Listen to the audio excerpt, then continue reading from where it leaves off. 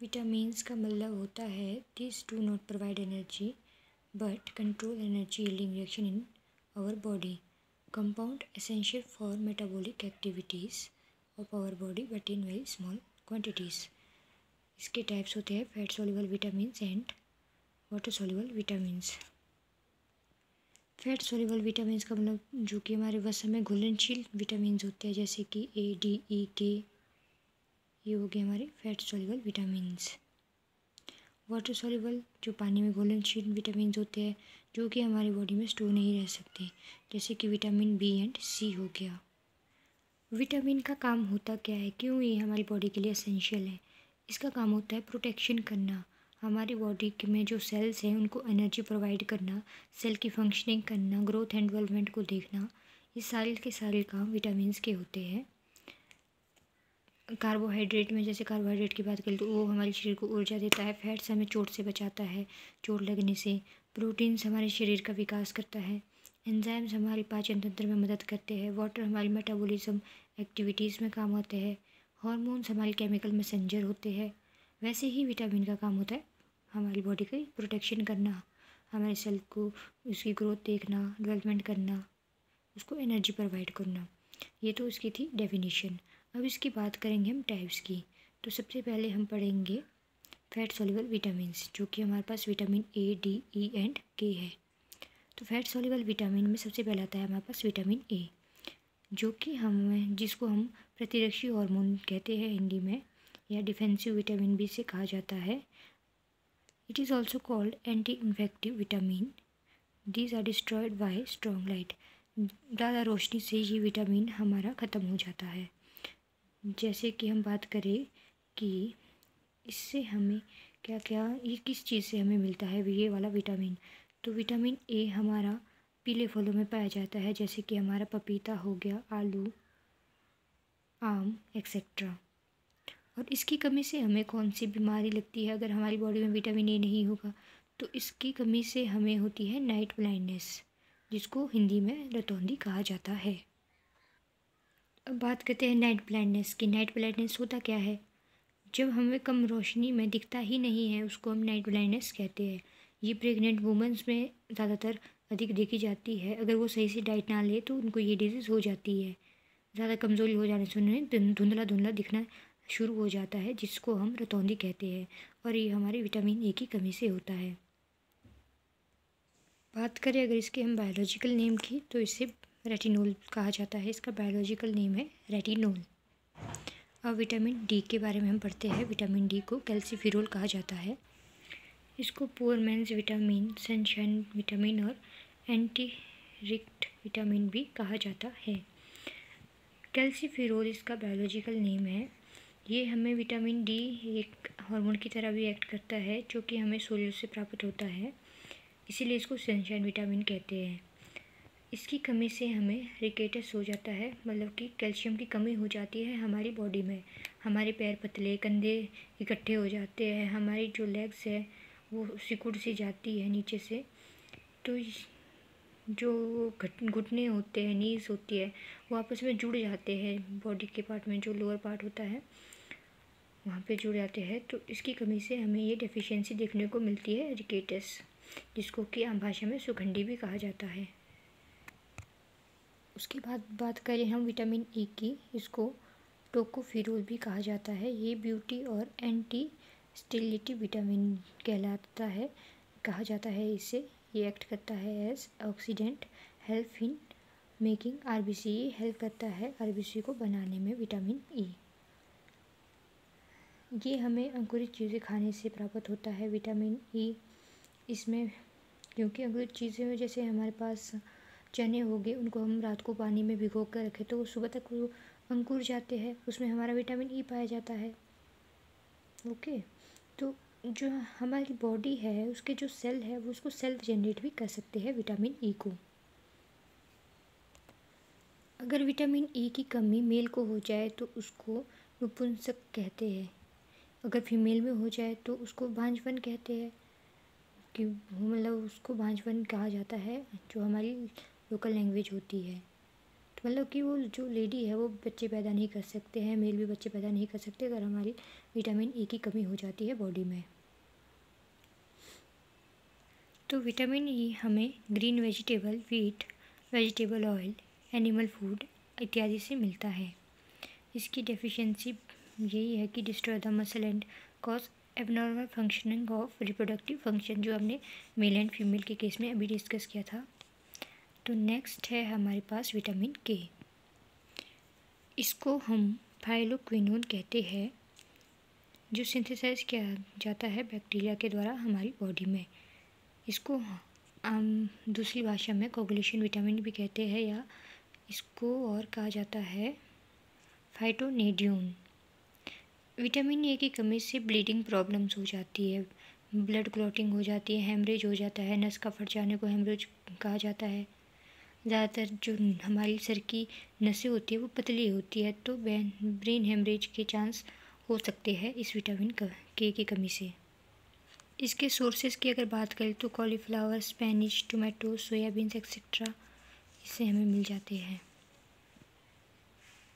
Next है water soluble vitamins which are soluble in water. That is why excess of these vitamins are normally excreted throughout the urine. ये हमारी body में present रह ही नहीं सकते हैं, ये हमारी बॉडी से मतलब जब यूरिन करने पर ये जो है लॉस्ट हो जाते हैं। ड्रिंक करने से भी विटामिन के में कमी आ जाती है। अगर कोई ड्रिंक कर रहा है जैसे अल्कोहल एक्सेट्रा होगी, विस्की, उन चीज़ों से भी विटामिन सी ख़त्म हो जाती है हमारी बॉडी से। विटामिन सी को एस्कॉर्बिक एसिड भी कहा जाता है। Ascorbic acid, it is the essential vitamin for keeping teeth, gums and body joint healthy.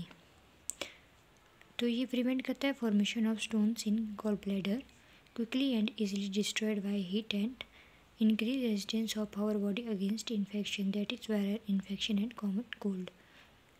मतलब कि अगर इसकी कमी हमारी बॉडी में हो जाए तो जो इन्फेक्शंस है, जैसे कि हमारी वायरल इन्फेक्शन हो गई या सर्दी हो गई, तो इजीली हमें इन्फेक्ट कर देती है।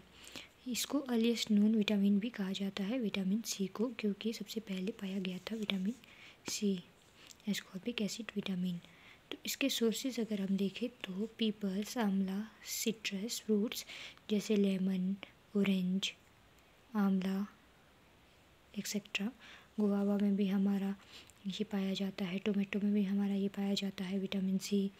इसकी डेफिशिएंसी से हमें स्कर्वी हो जाती है, जिससे कि bleeding and losing of gums, जैसे कि दांतों से हमारे खून आना, जैसे ब्रश करते करते दांतों से ब्लीडिंग आनी शुरू हो जाती है, जो हमारे मुसूड़े होते हैं वो उठ जाते हैं, मतलब थोड़ा सा उसका पार्ट जो स्वेलिंग सी हो जाती है, अगर उसमें ब्रश करें तो उससे ब्लीडिंग आ जाती है, मतलब कि उसको स्कर्वी हो गई है, स्कर्वी डेफिशिएंसी है, जो कि हमारे विटामिन सी की कमी से हो रही है। तो इसके लिए अच्छा है कि दिन में जैसे नींबू का अचार, संतरे का अचार, ऐसी चीज़ें डेली लाइफ में यूज़ कीजिए।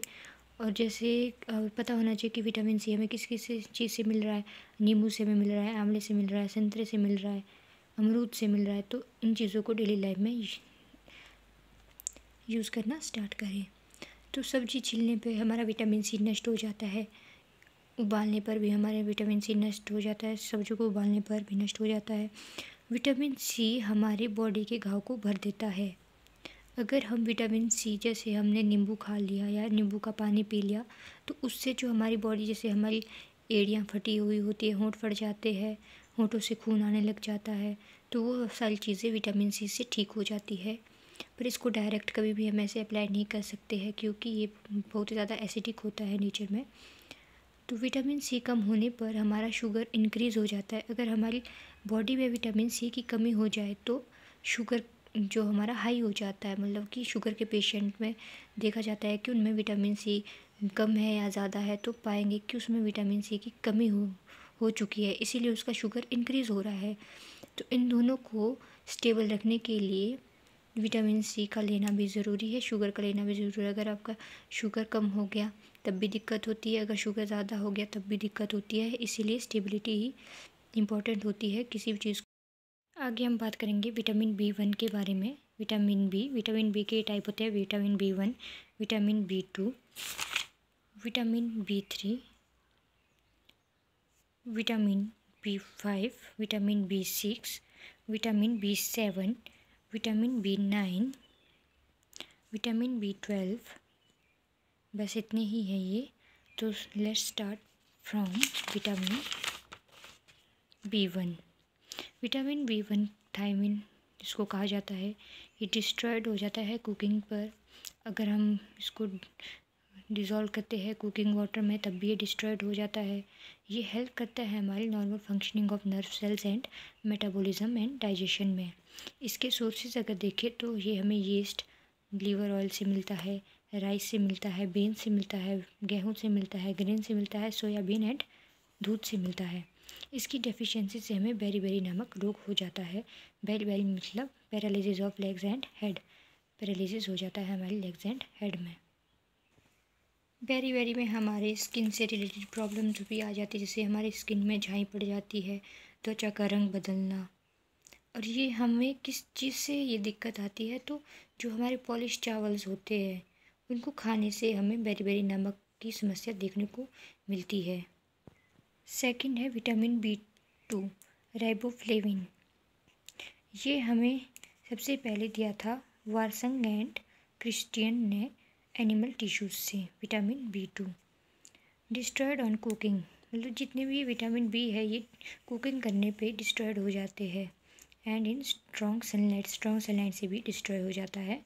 ये रिस्पॉन्सिबल होता है नॉर्मल ग्रोथ ऑफ बॉडी के लिए, या हेल्प करता है ये फॉर्मेशन ऑफ DNA में भी हेल्प करता है। सोर्सेस की अगर हम बात करें तो इसमें हमें कहाँ से विटामिन B2 मिलेगा, वो मिलेगा हमें मिल्क से, एग से, liver, green leafy vegetables, pulse and cheese etc. Deficiency, implementation of tongue, cornea, cracks appear at the corner of mouth. Vitamin B3 nicotinic acid भी से कहा जाता है, निएसिन भी से कहा जाता है, also known as anti pellagra factor. It helps in oxidation of carbohydrates, proteins and fats. Sources cereals, livers, maize, fruits, milk, egg, meat, yeast, kidney, etc. Deficiency देखें तो इसकी डेफिशिएंसी से प्लेग्रा, डर्मेटाइटिस, डायरिया एक्सेट्रा हमारी deficiency देखने को मिलती है। Vitamin B5 इसका बायोलॉजिकल नाम है पेंटोथेनिक एसिड। ये पार्ट होता है कोएंजाइम का जो required for respiration and normal nerve and skin. Sources देखें तो ये हमें yeast, peas, liver, eggs and kidney से प्राप्त होता है। और इसकी डेफिशिएंसी से हमारे पास anaemia, dermatitis and nerve degeneration start हो जाती है इस विटामिन की कमी से। नेक्स्ट है विटामिन B6। विटामिन को हम विट भी कहा जाता है, विट B6। इसका बायोलॉजिकल नाम है पेरिडॉक्सिन। ये हमारे पास एक इम्पॉर्टेंट और एसेंशियल पार्ट होता है कोएंजाइम का फॉर अमीनो एसिड सिंथेसिस के लिए। इसकी सोर्सेज देखें तो हमें यह मीट से, मिल्क से, लीवर से, एग से प्राप्त होता है। इसकी हमारी अगर शरीर में डेफिशिएंसी हो जाए तो ये होता है हमारे पास disturbance of central nervous system and anaemia cause कर देता है। नेक्स्ट है हमारे पास विटामिन B7 जिसको बायोटीन कहा जाता है। इसका बायोलॉजी का नेम है बायोटीन। इससे सल्फर कंटेनिंग होता है, ऑल्सो कॉल्ड विटामिन H भी। विटामिन 7 को विटामिन H भी कहा जाता है। ये serve as a coenzyme for fatty acid synthesis. ये कोएंजाइम की तरह बिहेव करता है किसके लिए, फैटी एसिड सिंथेसिस के लिए। अगर हम इसके सोर्सेज देखें तो ये हमें फ्रूट से, वेजिटेबल से, लीवर से, मिल्क से, एग से एक्सेट्रा से मिलते हैं। अगर इसकी डेफिशिएंसी देखें तो ये लीड करता है scaly and इची skin, muscle pain and weakness को। विटामिन B7 जो कि हमारा बायोटीन है। विटामिन B7 को लकवा कहा जाता है। जैसे हम अगर सिंपल भाषा में इसको हमें डिफ़ाइन करना कि विटामिन B7 की कमी से क्या होता है, तो हम बोल सकते हैं कि इसकी कमी से लकवा हो जाता है। विटामिन B6 की कमी से त्वचा संबंधित रोग हो जाते हैं। विटामिन B5 की कमी से त्वचा में सफ़ेद दाग पड़ जाते हैं। विटामिन B3 की कमी से हमारे पास बाल संबंधित रोग हो जाते हैं। अब नेक्स्ट हम बात करेंगे विटामिन B9 की, जो कि हमारे पास फॉलिक एसिड है। इसको और विटामिन एम भी कहा जाता है। ये first isolated from spinach leaves, essential for growth and maturation of RBCs. ये हमें बनाना से मिलता है, पल्स से मिलता है, कॉलीफ्लावर एक्सेट्रा। इसकी कमी अगर हो जाए तो एनीमिया हो जाता है मैन में, जो कि हमारे मैक्रोसाइटिक टाइप का होता है, macrocytic type anaemia in man.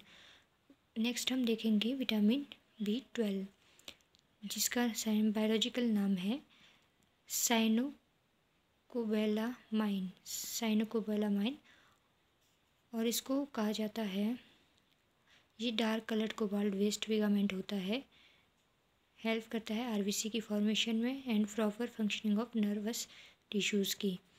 अगर हम इसके सोर्सेज की बात करें तो ये हमें cheese, milk, meat, fish, egg, kidney etcetera से प्राप्त होता है। इसकी डेफिशिएंसी देखें तो हमें इसमें पेर्निशियस एनीमिया देखने को मिलता है। तो ये थे हमारे कुछ विटामिन्स बी के टाइप्स। अगर हम विटामिन B12 की और डेफिशिएंसी देखें तो हमारे नर्वस सिस्टम इंजरी हो जाती है, इसमें एनीमिया हो जाता है।